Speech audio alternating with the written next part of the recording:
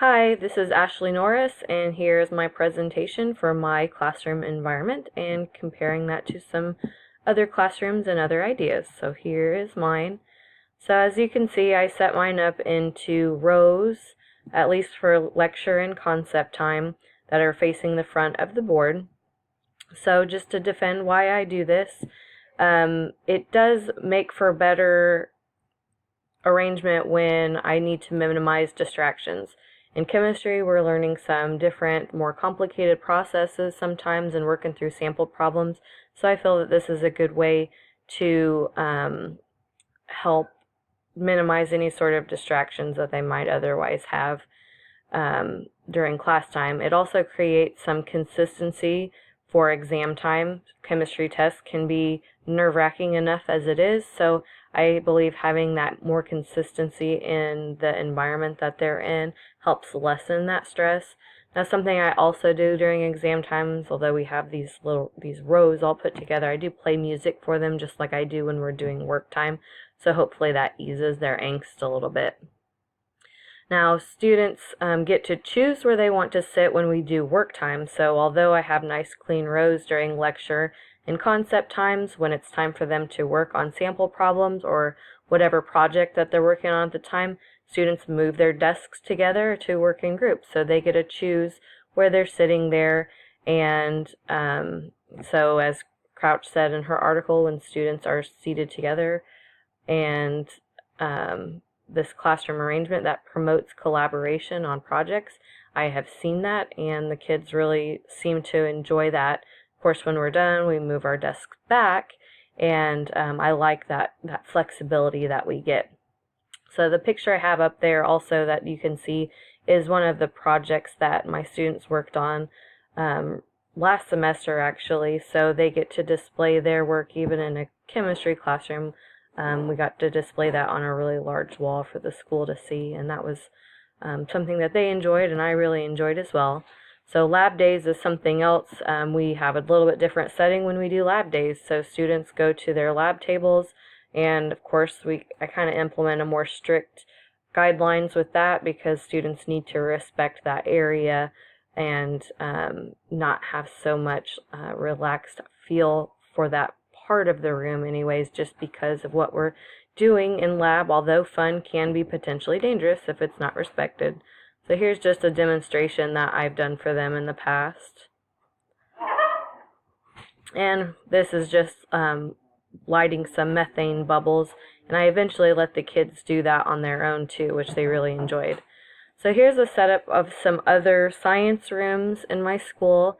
So the biology department, they both have their rooms set up this way, where they set up their room in clusters. They really like to promote the supportive, cooperative, centered learning, and there's a lot of pros with that. It encourages discussion with the students and promotes teamwork and cooperation, and they really like that.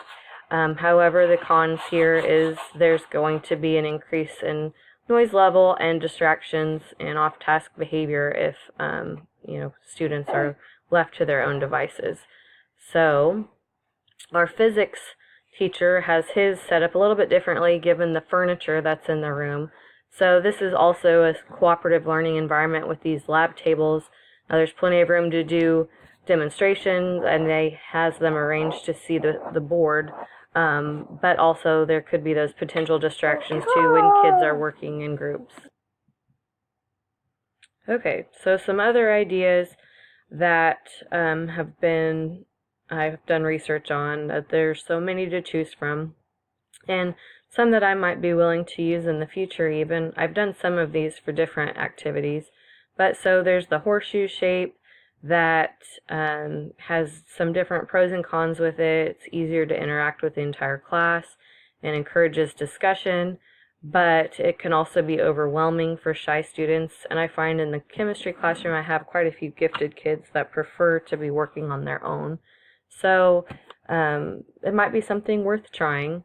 So another arrangement is a combination, which I like this idea where we have our group setting and we also have some rows.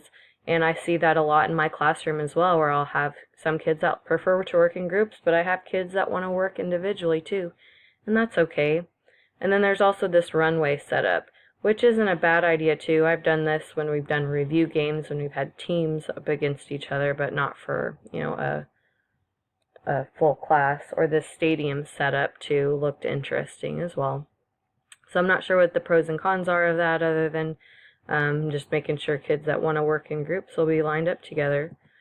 So in conclusion, overall environment is very important in the classroom, and I try as best I can to make sure that I have consistency and I have a warm environment. I've got plants in my room. I keep natural lighting as much as I can, and also my attitude towards the students and their learning, that also plays a big part in that environment, having that kind demeanor towards them and enjoying them, and I genuinely do. So, but students need an environment that's conducive to their learning, and that might be different from year to year.